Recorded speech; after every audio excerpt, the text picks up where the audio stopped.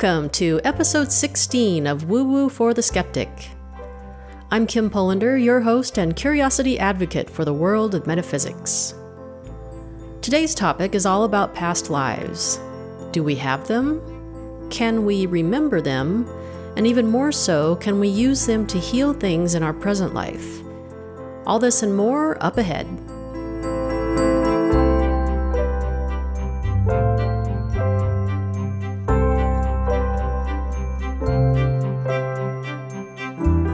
When I was growing up, there was an actress named Shirley MacLaine who made the idea of past lives a household topic. Or, in my house growing up, she was the topic of just how clever Satan could be by glamorizing blasphemous ideals. My mother is no longer alive to keep that spirited conversation going, but she and I did come to a happy middle ground before she passed. And that was that we could both agree on a couple of things. The first was that neither of us could prove that there was only one life or multiple past lives. The second principle, and a principle that I stand strongly behind, is that it doesn't matter. The only thing everyone can prove is that we are all here on this planet at this time, living this one particular life. And if we focus on this life, what can we learn? What is it about our family, our friends, or our leaders that is most upsetting to us? Because the biggest judgment you have of them is a reflection of your biggest wound that is still asking to be healed. How can we treat each other and ourselves with more love and forgiveness? Now is a time more than ever to focus on the power of our collective energy toward that love, and ultimately healing.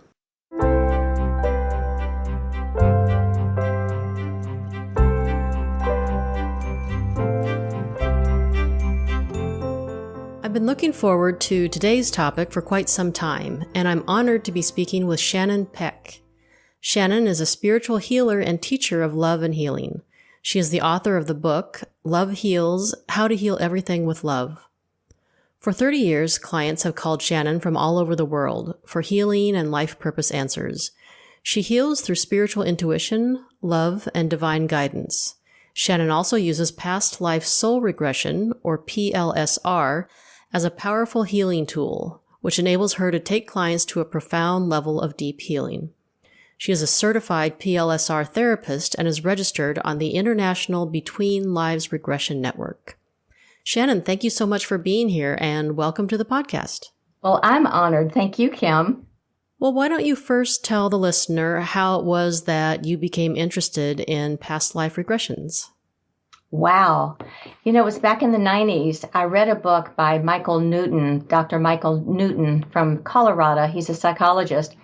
He came across it rather accidentally with doing some hypnosis on some of his patients, and they automatically went into a past life, and then in between lives. This is not even a past life. This is like between lives. And in that space, he made enormous discoveries and had tremendous breakthroughs with his clients. And I've been fascinated with the subject of death and eternity and timelessness and the truth of who we truly are behind the veil for so many eons. And this just was right down my alley.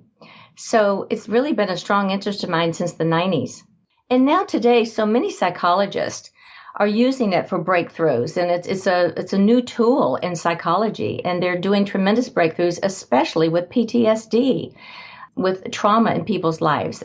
So often the trauma begins in a past life. It didn't really begin in Iraq or Afghanistan or during war or in a marriage. It actually has often roots from past lives. Yeah, and so that was one of the first books that kind of started my track down the spirituality road was Dr. Weiss's book on Many Lives, Many Masters. It was really interesting. So eventually I want to talk about in between lives, but for now, let's just focus on past lives. How does diving into a past life or getting access to past life memories help heal a person? Oh, golly, that's a wonderful, wonderful discussion. It's so individual, Kim. What I do is specifically guided by the soul, guided by your guides. And so it's like if my client says, well, take me back to 1530, I want to see where I lived or what I did. That's not the type of regression work I do. The regression work I do is completely guided by the person's soul, by their guides. And so inevitably, it will guide the person to a past life that has pertinence to their life today, very specifically. And I'll give you an example. There was a man that he came to me, and he had been CEO and president of a huge corporation, and he'd been fired, and then he was kind of stumbling with some other corporations here and there and wasn't sure about what he wanted to do. And he came to me and he said, I just need some guidance. And I said, well, let's see what your guidance is.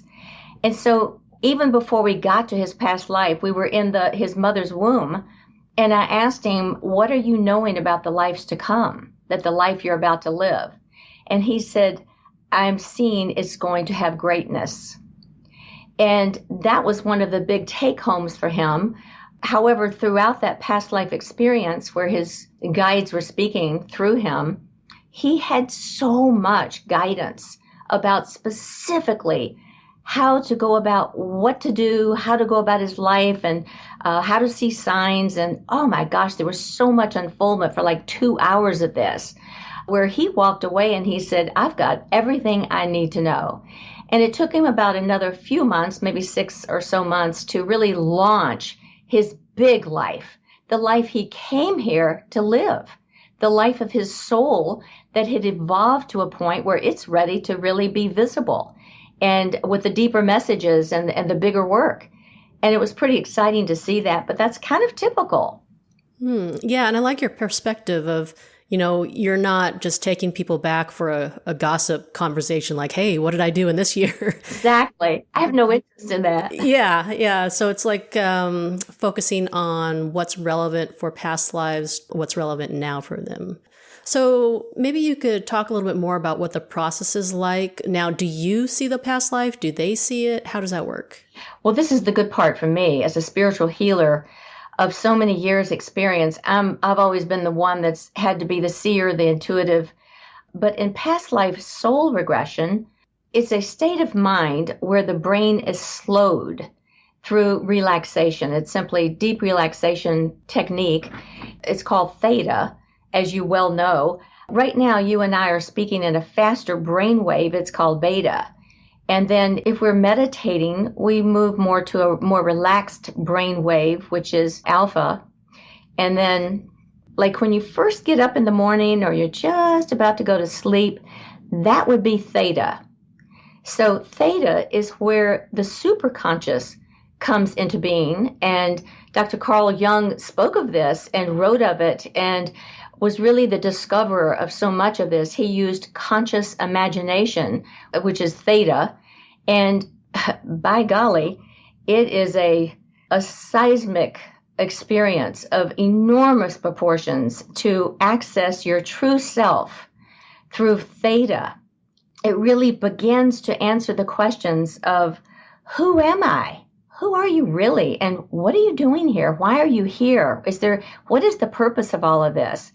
And another question I love to see discovered through regression is, what are you doing in spirit world? What's your big work? It's mind-blowing. But the funny thing about theta, okay, right now we're speaking in beta. Beta doesn't believe theta. It just doesn't believe it. So quite often, the first time someone's regressed, or even the second or third time, even now, I've had over 40 regressions, and occasionally I think, wow, this is so boring, this couldn't possibly be pertinent to my life today, and by golly, it will be as I get further into the regression. But you have this little inner critic going that's always critiquing everything, even while you're in theta.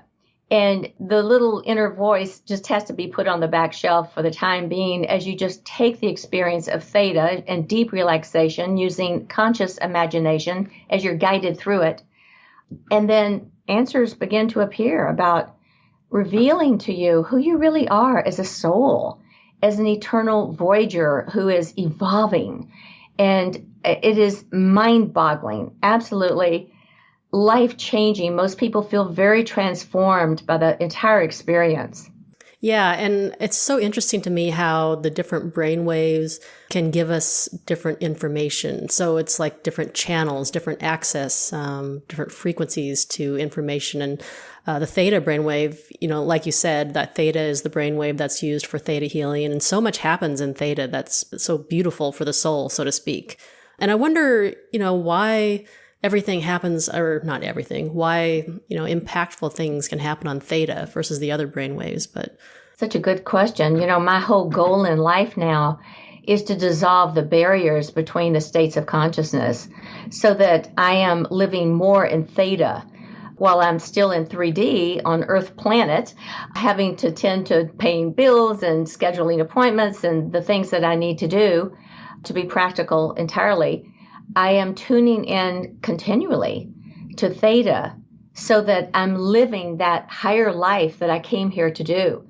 I did a regression. This was a simple regression of a lady who was a stranger to me, and she came in, and it was a long past life regression that she had. It just went on with scene after scene after scene. And after a while, I began to realize, oh my gosh, in every scene, there is one thing in common. She is full of doubt. And at one point, I didn't say anything. I'm taking notes. I'm asking questions. And at one point, she said, oh, they just revealed to me that doubt has been my problem for over 300 years. And I'm here to overcome that now. It was a real game changer. It was an eye opener. And that came through theta.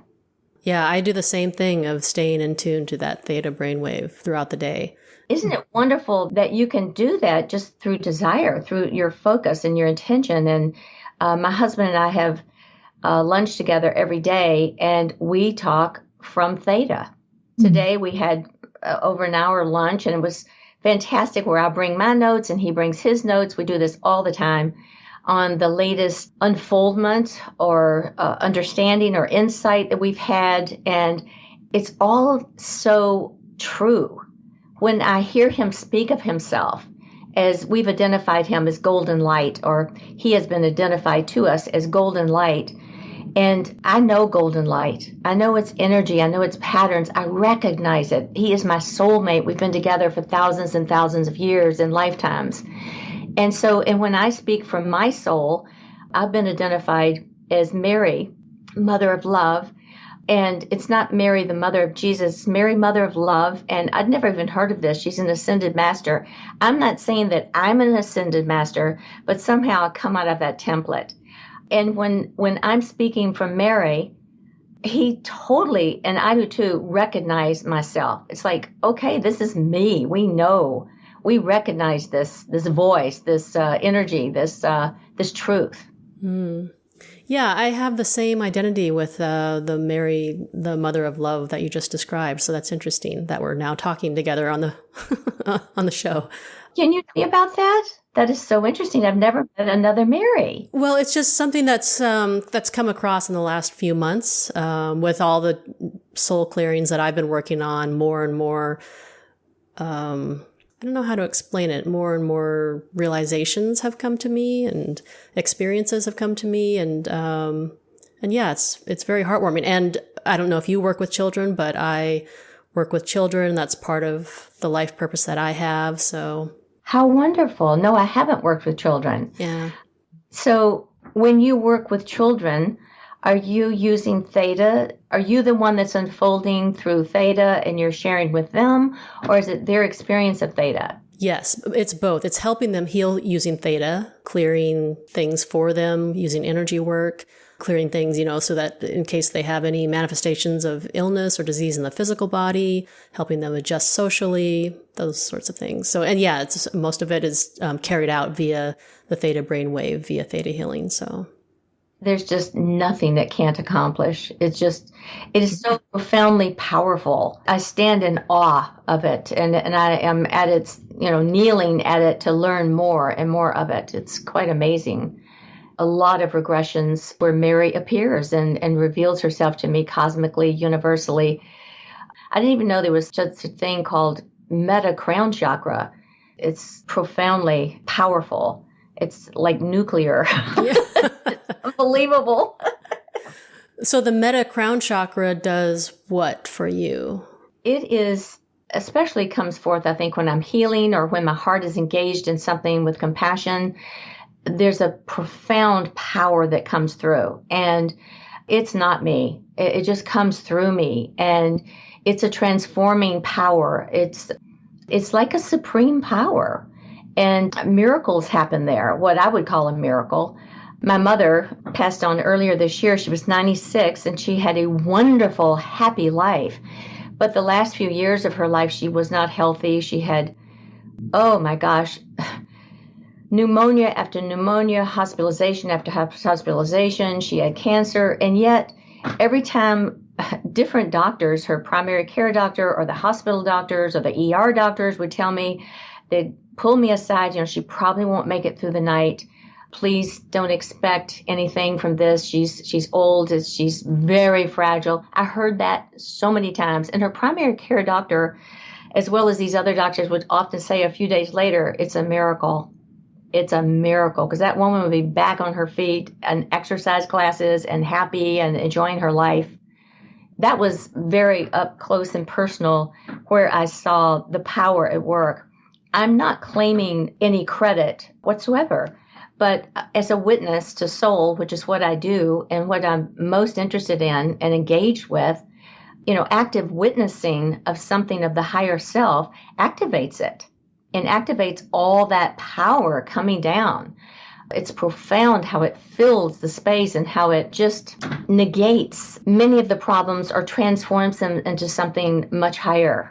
Yeah, and the whole process of witnessing during healing for a practitioner and a client, I've talked about that on previous interviews, and it just is a reminder for both the client and for the healer of just how we're a conduit, just the middleman, so to speak. Why do you think witnessing is so important? Why is it so integral to the process? Gosh, that's a wonderful, wonderful question. What a great conversation we're having. I'm really having fun. Oh, good. Why do I think witnessing is so important?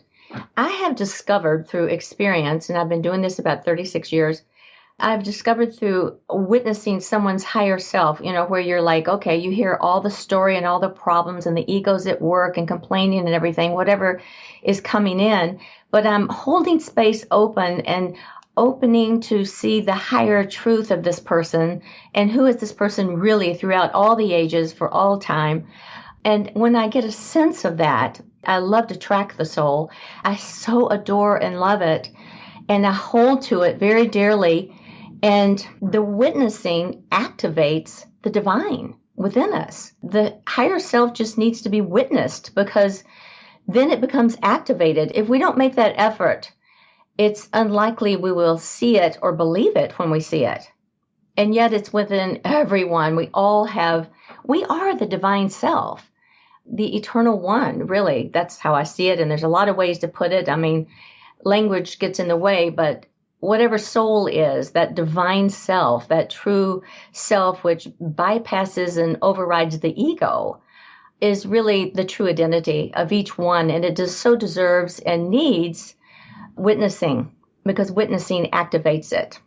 I had never heard that perspective. That's really interesting, because what comes to mind is just our connectedness to everyone, that whole one consciousness thing, and just needing that connectedness versus separation, where a lot of healers in past lives have created separation for themselves to feel safe, for persecution, that sort of thing. So I like that connectedness to each other is part of the activation.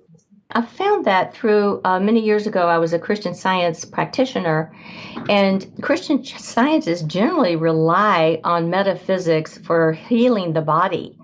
So there was a lot of the pressures on, the practitioners got to go to that place where that healing is going to take place, because you can't have suffering and pain and any of that going on. You've got to have immediate healing. And it really, I'm no longer involved in the church or any of that, but it really was tremendous knowledge for me and experience as a healer to expect, to discover where to go in my consciousness in order for transformation to take place in the body, from a diseased state or an ill state or pain state to one of balance and normalcy and peace. And I discovered that by witnessing the higher self, because that's not happening in the higher self, and by my holding my thought on the higher self of that individual, I'm not making it up. I'm just looking into it with insight, a certain spiritual insight with inquiry. And by holding that, it brings about healing. It's quite miraculous. Do the Christian scientists believe in past lives? Well, they believe in eternality. I don't think they go specifically into past life regression or anything like that, but they take the Christian view that life is eternal. And that's interesting to me. So I grew up in a very religious household, and typically, I don't know of any denomination that does endorse past lives, but my denomination was very much against it, and all talk of it was straight from the devil. But it's interesting to me that they do subscribe to the eternity of the soul, but yet it needs to be one incarnation. It's one life. Any talk beyond that is perilous. So do you have any perspectives on that about religion and how they are so fearful of the concept of past lives? Well, it's conditioning, isn't it? Because in India, of course, everybody understands past lives, that this is one of so many. And Buddhism teaches that. And so much of the world is normal and natural with the whole concept of this being one of endless lives and some type of evolution that's taking place with higher purpose. There's a lot to be said that is wonderful for religions, but they are belief systems. It's hard not to get boxed into yet another belief system. And creeds and doctrines lend themselves to fixed principles that don't change and tend to be traditional and conditioning. And it gets narrow after a while. And then it's all a bunch of beliefs.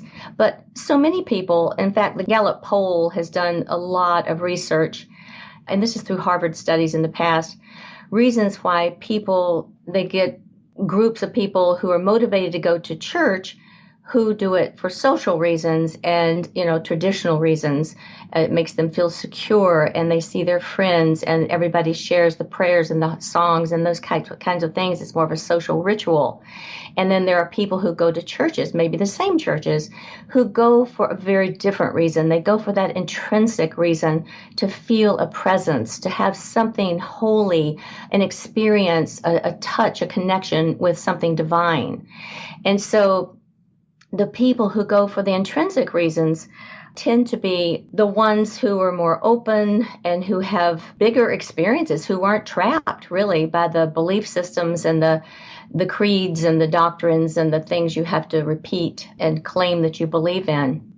Yeah, it's pretty powerful when you have those creeds and those doctrines, and and then that lends itself to oaths and vows that you've taken in past lives, to, monastic vows, to vows of chastity, and how, vows of chastity in this life could mean that you are not successful in any relationships. Monastic vows are, you're not going to make any money in this life. It's so tied in. Those vows are powerful. So they really are. And they do carry over as energies. They're holding energy patterns that are great walls of blocks that really deserve to be freed. Yeah, the monastic vows, I've worked a lot with clients and even myself when I was clearing those. It's also related to self-punishment, all that self-flagellation type of energy. So it's a powerful hook.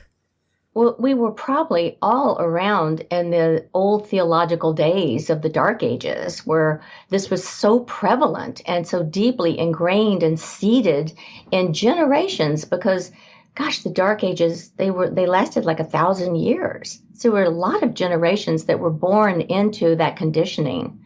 And so we're deconditioning at this point. I'm so glad that you've done that work. Isn't this wonderful? We're having this discussion. I'm so filled with joy. Oh, that makes me so happy to hear that. I'm glad. So outside the box. And to know that you're out there doing this wonderful work of freeing people and elevating and raising the bar. And it's just really exciting to me. It's such a healing work. Yes, it is. Yeah. And it's so uplifting to do the work. It doesn't even feel like work. I get so much joy from it and energy from it. So let's go a little bit more into what you would do in a session with a person. Now, if someone is listening and thinking, well, I am not going to be able to access my past life or whatnot, what would you say to them? Well, most everybody who has never had regression before comes in saying, I hope I can be regressed. They have a lot of doubts because they've never experienced it, and they're not sure if they're the type of person or the right frame of mind or that they can give themselves away. We have a lot of misnotions about hypnosis and what it is, and that those old carnival ideas of the whole, everybody going to sleep in the audience and acting like chickens or hopping around like bunnies, they kind of remain in our consciousness as what hypnosis is. And yet all it is, which I discovered in my training, is relaxation technique, which takes us into theta. And that's where you have conscious awareness and where the unfoldments come through, the realizations, the insights about your life and where you are and what you need, and the guidance that comes in that offers healing. So when they come in and they give you an issue, you sit through kind of what you mentioned earlier, described earlier, a past life comes up and then they have that clarity from it. Dr. Weiss had mentioned I read many of his books, and in some of them, he talked about how just having recollection of a past life memory from, say, a gunshot wound or something can actually heal physical things in this life. So have you experienced that with clients? Yes, I have. There was a woman who came in, and in our pre-interview, she mentioned a number of physical things, one of the most prominent being that she had swallowing issues. And she had been to doctors, and now she was getting ready to go to the big doctors and maybe have the big guns do something surgically or something. And it was all a lot of trial. And I said, well, we can ask your guides about it while we're in there. And so during her past life, it actually came up. And she was describing a scene, and she was out in the field, and then there was this barn house where she lived, and there were children, and all of a sudden the whole area, like the prairie or something, was stormed with horses and people with swords, really big long swords, and they had bows and arrows, and it was quite a siege. And she received an arrow in her throat. And when that happened, I'm thinking, oh, that's what she told me, where she has the problem. She can't swallow. It's swallowing problems. And I said, can you please point to where this is? And her eyes are closed and she's lying down, and she pointed to her where she swallows. And I said, and where did this arrow come from? And she said, it's a man on a horse who just quite a distance and just shot right towards me and hit my throat, and it killed me. And then she paused and she said, oh my God, that's my sister. And she's had a lot of problems with her sister. And so we did some healing work right there. And I asked her guide to come in and offer healing. A tremendous amount of healing was offered. In fact, the guides pulled the arrow out, and this was in afterlife, in between lives, if you will. And they pulled the arrow out, and it was filled with light. And it was very beautiful. And you could just feel a peace around this whole throat issue. And I talked to her a number of months after this regression and asked her, how's the throat doing? And she said, I hardly have any more swallowing problems. And also, coincidentally, she had confronted her sister after a lifetime of not getting along. And they had some peaceful discussions about their relationship, which were very healing. So I thought that was a wonderful example of healing coming about through a past life regression. Yeah, that's amazing. So how would you describe what a guide is?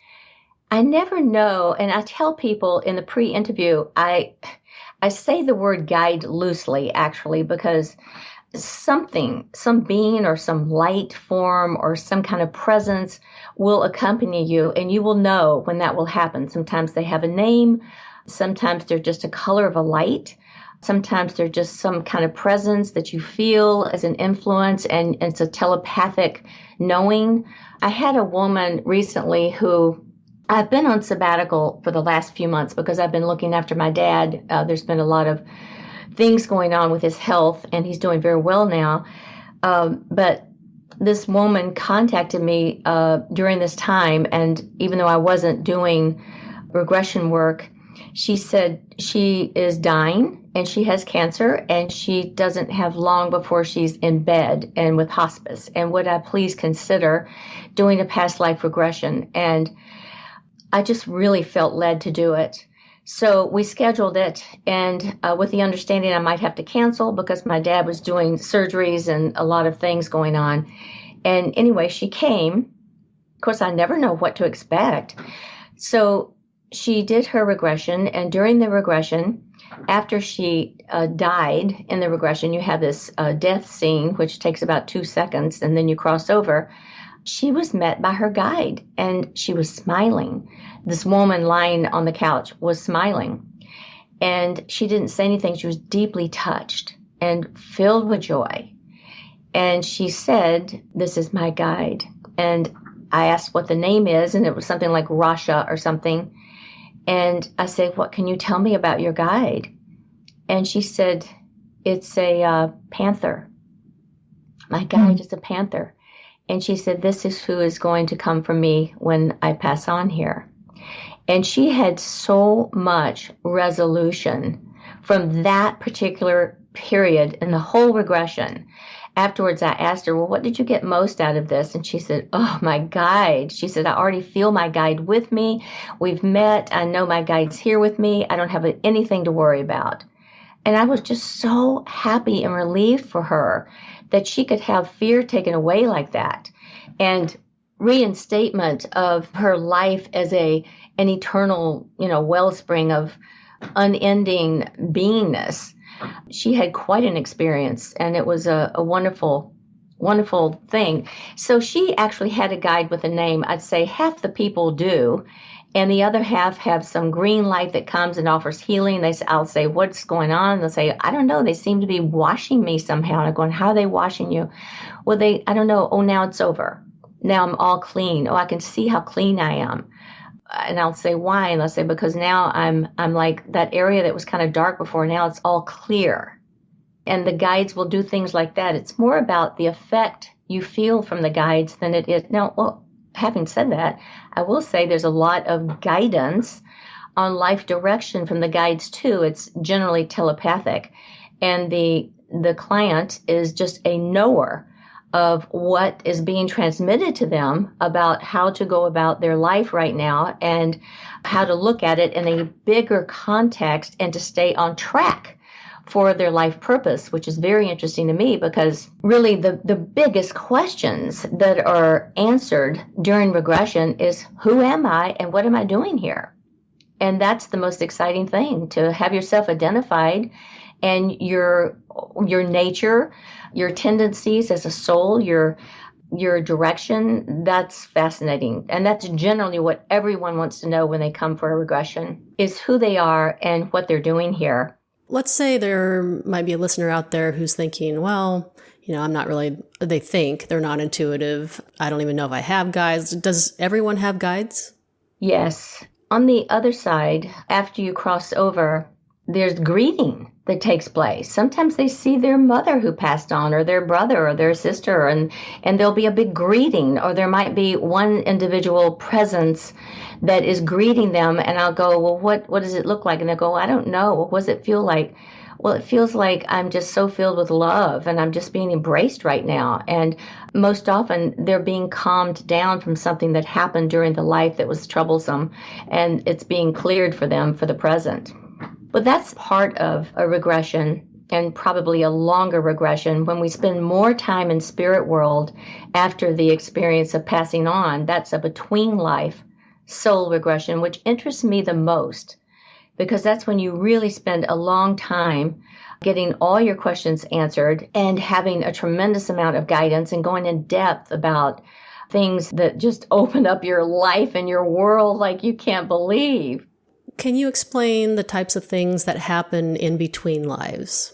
You mentioned clearing things like the arrow, clearing energies from that last life. What else? I've had couples who have had individual BLSRs, that's between life soul regressions. And they've told me that now that they understand themselves and they've shared it with their husband, or the husband has seen himself there and he's shared it with his wife, that they, after 33 years of marriage or 24 years of marriage or whatever, they feel like they've understood each other for the first time. They understand for the first time the soul that they married, the soul that they've been connected with. What's behind the personality, what's behind the ego, what's behind all the little human habits and traits and whatnot. They're recognizing the essence of that individual who they've loved and embraced and sacrificed for and made a life with. And those deeper things happen in between lives, soul regressions, where you can get to those. You never know what's going to come up. The guides will bring up whatever they want you to know, whatever they feel you most need, really. And that actually has brought some couples much closer into realizing the kind of life they're living with another soul and being recognized. I'd say my husband and I, it's really been life-changing for my husband and myself. We've each done, numerous dozens of between life soul regressions with each other. And we have come into so much clear identification over and over in so many different ways of him being identified as the golden light, me being identified as Mary. Of course, there's a lot of aspects of those things, but we're led into those aspects. And I'd say we know each other as well in our souls as we do each other in 3D. And it's much more interesting to us because now I really just think of him as golden light and he thinks of me as Mary, which is a tremendous asset in our lives because it's accelerating us. It's accelerating our souls to be constantly identified. I mean, not every second, but every day at least, in our true light as souls. It really does manifest as an accelerator of the soul. And that has happened through a lot of between lives where we spent a lot of time on being in our soul self, being that Mary or that golden light, and getting clues and experiences with it and feeling the depths of it. It's very, very deep work. There's a concept called parallel lives where your soul is manifesting at the same time, different expressions of the soul. What's your perspective on parallel lives? Well, that's actually one of the questions. I have a laundry list of questions that I ask the individual during between life soul regression, since we have a lot of time. And one of the questions is, are you presently leading a parallel life? And another one of the questions is, how much energy did you bring down with you from spirit world? And occasionally I come across someone who really did not bring enough energy with them.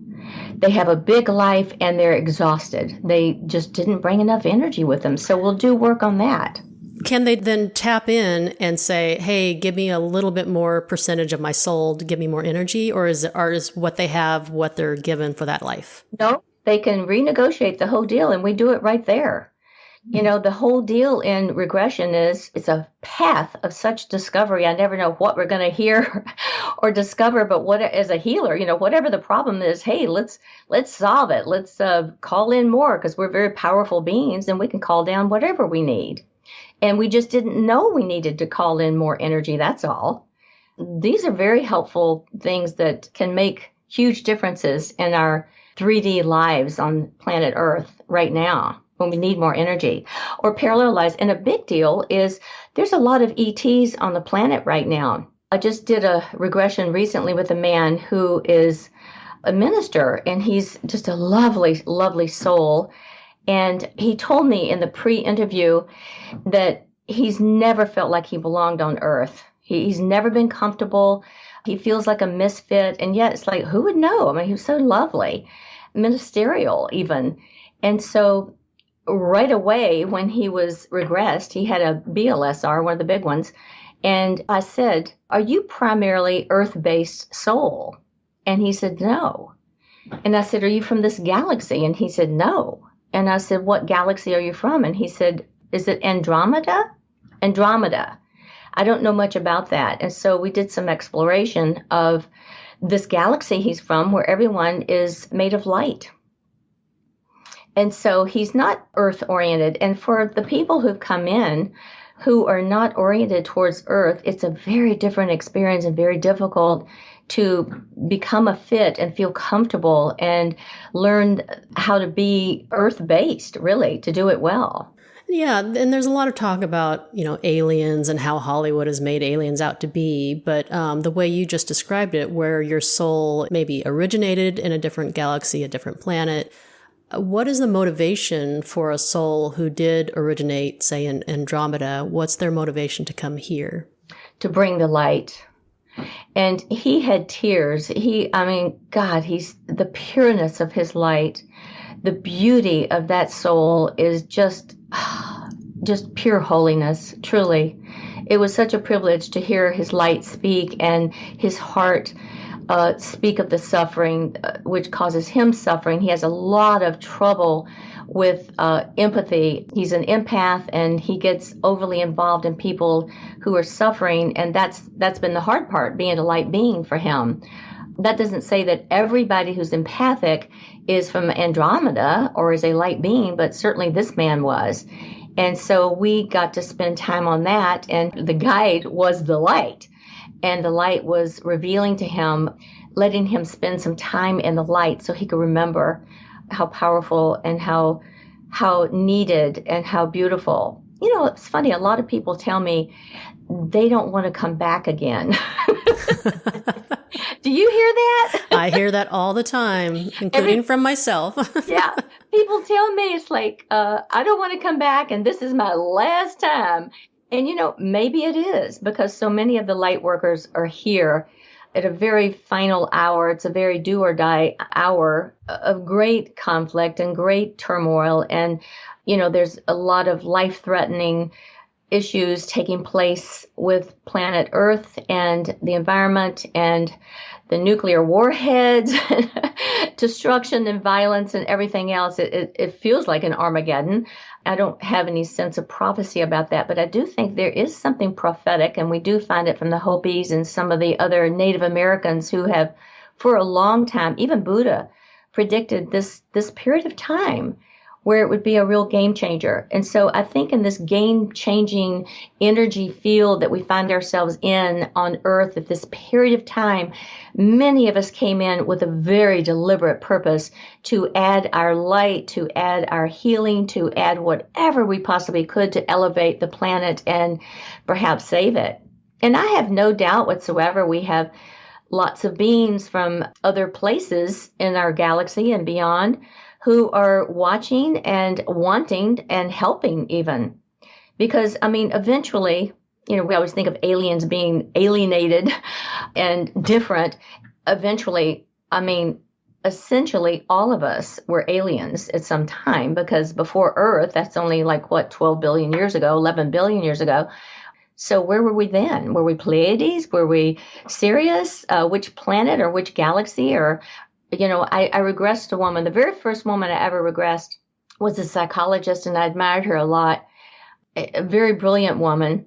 And I didn't know her very well, except that I had been with her for a few days in a retreat. And when she was being regressed, it was a PLSR, so it was the between lives. And she immediately went to her regular place in spirit world. We call it spirit world. You can call it whatever you want. The cosmos or the universe. And she started shaking. Her body was shaking. I thought, oh my God, what have I done? What's going on here? And I said, why are you shaking? And she just kept shaking and shaking, like gyrating or something. And she said, okay, I think I can talk now. And she said, I'm an energy being and we don't talk. And she explained to me that where she's from is not even a place. It's an energy. It's a field. And she is one of three energies that combine as one. And she decided of the three to come and incarnate at this time, and the other two are with her energetically. Isn't that interesting? So it showed me the whole idea that we're really not here alone. There's a lot at stake here at this time. And with so much at stake, we couldn't possibly be alone. And we need help. And we need help from guides and from our higher self and Theta and anything that will help awaken us and awaken the planet to a higher space where we're no longer being so violent. It's really obvious now how the between life reading can be so powerful at a soul level if you're connecting like that minister to his life as an Andromedan and so forth. Mm-hmm.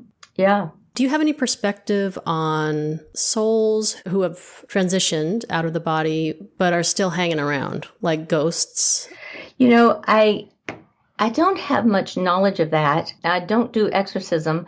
However, on my path, it's imperative that I keep my consciousness clean, and I really want the pure input from whatever divine truth is.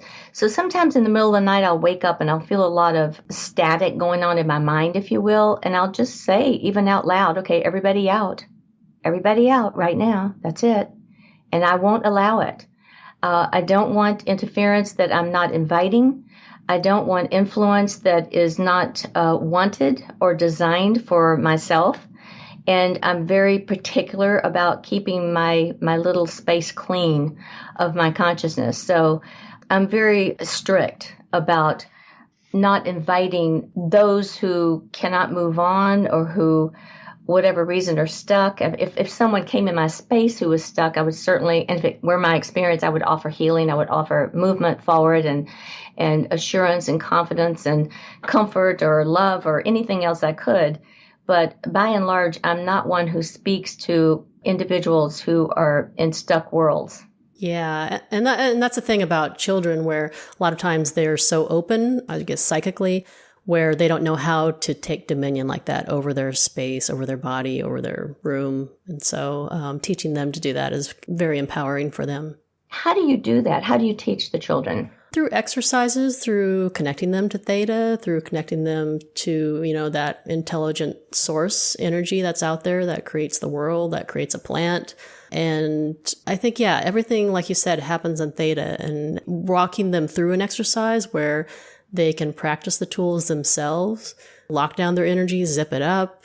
I find experiential exercises are what's the most empowering. Yeah, that's wonderful advice, to give them something to do, lock it up, zip it up, and take charge so that they know they can. Because if they're not inviting these souls at the base of their bed, and they're just waking up and seeing it, because I've talked to children who have this experience, it's so frightening to have the experience and feel so unempowered to be visited by someone while you're sleeping or while I do this even with ETs. I just, when I think of ETs that might be doing abduction or anything like that, I'm saying might, I don't know, I just shut it down. I zip it up. I say, no way, don't come here. Don't do it. I'm not receptive to that, and I refuse. And there's a principle that protects me from such violation. So I think whether it's present or beyond really doesn't matter. Whenever you're visited by any kind of energy, it could be jealousy from a friend. It could be, from a worker or something. You just want to say no to those energies because they're lower energies, and they pull you in and pull you out of your soul, pull you right out of your higher self, and make you go to sleep again. And that's the whole point. We want to try to stay awake to our souls and be in that energy field and do our work. Yeah. And it's interesting what you said about jealousy energies and those types of energies sticking to us, so to speak. And that's where I found the limiting belief work, the root belief work, because the only reason those energies are sticking to you, or that if they catch your eye or they're even in your sphere, is because you have, we'll call it a seed, a plant in you that resonates with that energy, via a limiting belief. So if you pull that belief that I have an oath to jealousy, or I need to learn virtues through jealousy, then those jealousy energies are no longer you're not going to attract them anymore. I mean, it's such powerful work, but taking a look at what kind of energies you do attract, and then looking at, hey, what's in my energy that I can clear, and then you'll no longer be in resonance with it. So beautiful. Yeah. And that's how my life has shifted so much, is I'm just not resonating with a lot of things, challenges that a lot of people, do. And it's nothing special about me. It's just, being able to work on finding those limiting beliefs, and it can happen for anybody. That's so beautiful that you're saying that, and you just kind of whizzed by it. But, if we could just freeze this moment, because what we just heard is so powerful, Kim, where you are a decision maker and making choices about what you participate in and what you want, what you're about, what you're not about, and being a discerner of what's happening, what's pulling at you, what is it, you, or is it something else, or is it something you need to learn from, or is it something that doesn't belong to you that's being imposed? These are huge life-altering awakenings and decisions to be made. And really, until you wake up and begin to wake up to that, I'll say, you really don't own your life. Yeah, exactly. You're just a program running around. You're attracting certain magnets, like the magnet of jealousy, and you have no control over it until you take conscious awareness to that and clear it. Exactly. You can take control over your domain. You have dominion over your body, over your home, over everything. So over your beliefs. Yep. It's so wonderful. And, we can even take that further, because as obnoxious as some of the corporations are to me, who are destroying the environment, or, whether it's through oil or pesticides or just the unconscious things that are taking place, I'm trying to express more compassion and bypass the disgust of greed, which is a big problem on our planet. It's a real toxic problem. To know that these corporations are actually made of individuals who are simply asleep and have lost their way and are thinking that more money is the way to go, and to make so many sacrifices for the planet in order to have that, and people suffering.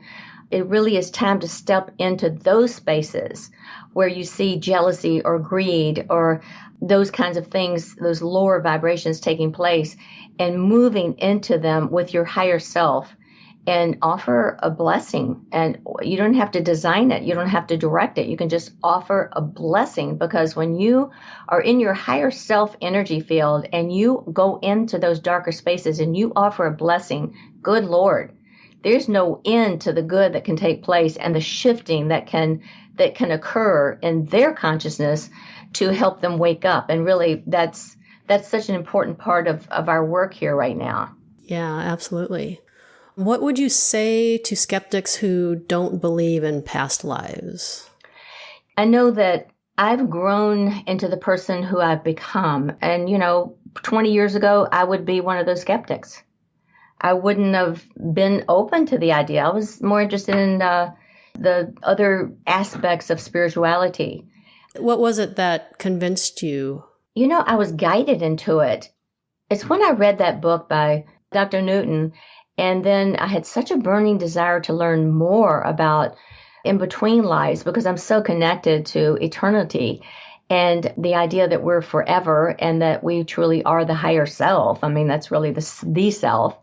And I just had a burning desire for it. And then a few years ago, even after I read Dr. Weiss, and more desire came about, I thought, well, I don't know who does that kind of work or where I would go or, anything about it.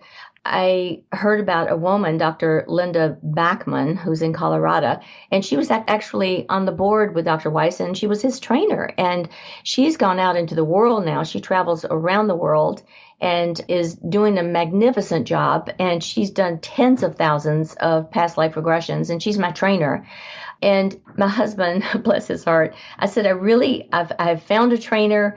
This is what I want to do. I feel so guided to do it. I don't even know why. I just want to do this.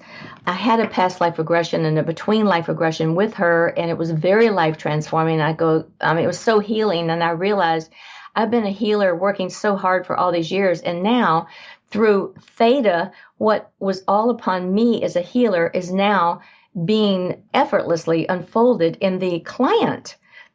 In their consciousness is a realization. And I don't have to convince them or do anything to persuade. It's become their own experience. And their experience is becoming my experience as we experience the regression together. So I find that every stage of our evolution, it's present at the time we most need it if we pay attention, as I did a few years ago when Linda Backman came into my life and I had the PLSR with her, and I realized, oh my gosh, she's a teacher. Okay, I'm going. And my husband said, I said, but I need a girlfriend because I don't want to just give everybody a regression. I need a lot of regressions. And he kept listening to me talk about this and everything. And finally he said, I'll be your partner. I'll go with you to Colorado to the training and I'll learn it with you and we will give each other regressions. And it turns out to be the biggest thing we've ever done in our 23 years experience together. It's been a huge game changer in our amazing soul relationship.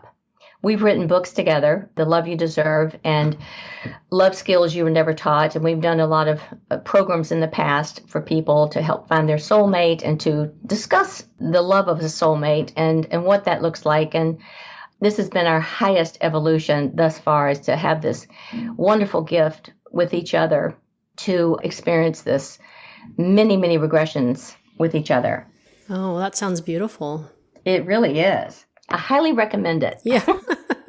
All right. Well, Shannon, thank you so much for talking with me today and spending this time and for sharing all the light that's just emanating from you. It was very wonderful to connect with you. And I was wondering before I let you go, if we could just switch to some fun questions for a minute. Sure.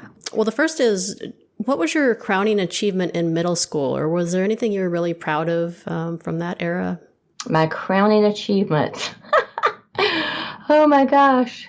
I don't know that I had a crowning achievement in middle school. I really don't. What kind of a student were you? I was a good student. I made mostly A's. Oh, good. Yeah, I liked to study. I liked school. And that was then. Yeah, maybe that was the achievement, is really loving school and doing well in it. Yeah, maybe. Yeah, that's wonderful. And then the second question is, if you hadn't become a healer, what type of career would you have chosen? Minister, I'm sure. I am a minister of interfaith, New Thought, but I don't have a church and I won't have a church, but I did seminary. So I would definitely be a minister, I'm sure. Oh. And I would be the kind of minister that would lead through prayer. Yeah, I love that. What do you love about prayer? I love the surrender, the quiet, the connection, the reliance, the opening that happens, something new happens that's so gorgeous and beautiful and peaceful and expansive as a result of opening yourself to that divine connection. And when you pray, who do you pray to?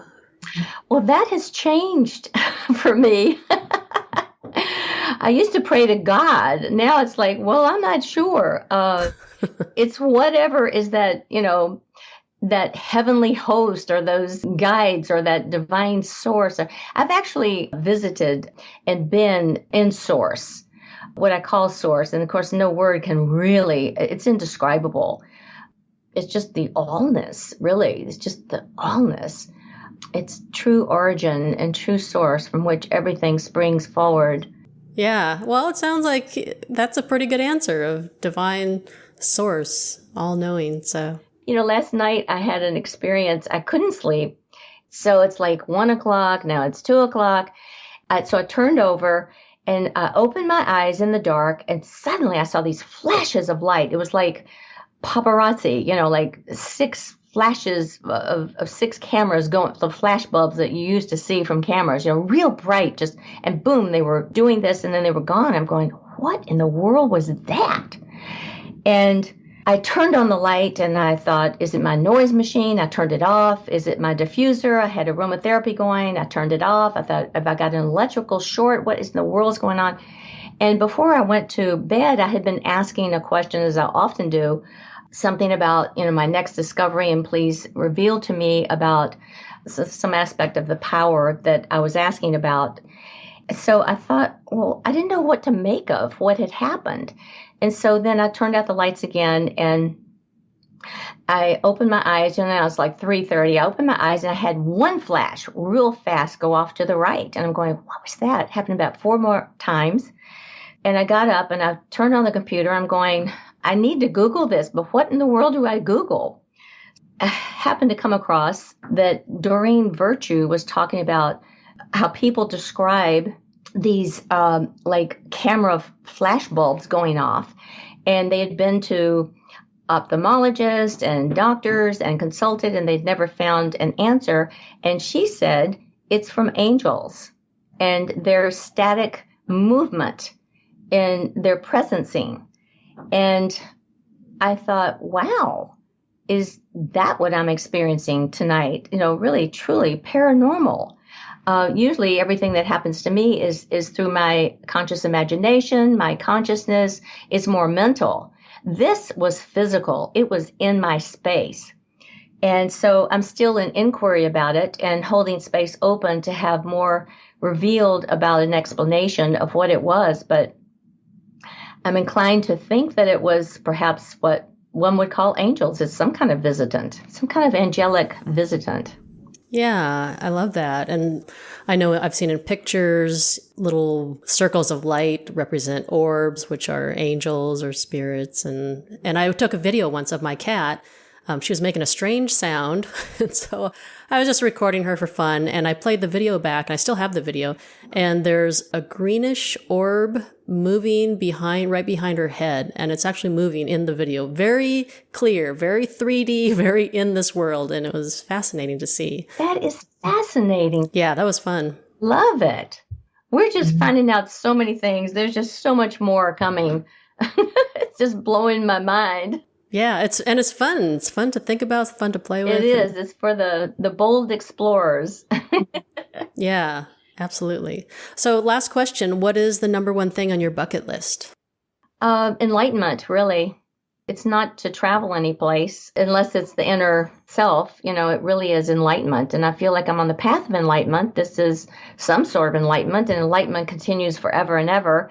But it's the only place I want to be, and where I'm focused all day, every day. It's of great interest to me because it's so profoundly powerful to bring in enormous blessings and healings within myself and everyone around me and the whole planet and the universe. That interests me enormously. What about you? What's your number one bucket list? I hadn't even considered that, but that would definitely be number one. And you're the first non-travel answer. I'd like to visit Peru, but if it was a huge priority, I would have done it already, and I haven't. So I can't say that travel is the number one thing. So yeah, everything that I do is all around working on myself. How can I be a clearer channel for others and to help others come to enlightenment and awakenings and consciousness? So, Kim, it is a joy to know you. I have loved every word that you've spoken and all the questions you've asked me. This has been a magnificent experience being with you. And I thank you so, so much for who you are and what you're doing and the pureness with which you bring to this work. It's a true devotion of love. You're beautiful. Oh, well, thank you, Shannon. Yeah, likewise. I really appreciated this time together. And I love that we came together for the interview. So thank you. So if listeners want to contact you or schedule a session, what's the best way to find you? The best way is my website, which is my name, shannonpeck.com, ShannonPeck.com. For this week's WooWoo News Corner, in 2015, an article was published by collectivelyconscious.net. In it, a Harvard neurosurgeon, Dr. Eben Alexander, confirmed his personal experience of the afterlife while he was in a coma for 7 days. It was during this coma that he experienced different realms on the other side, and his body went through a miraculous healing in the process. Dr. Alexander described the afterlife as pure love. The one thing that he wanted everyone to know about the spiritual realm is, quote, "You are precious and infinitely loved more than you can possibly imagine," unquote. I'll post a link to the article as he goes into greater details of his experiences on the other side.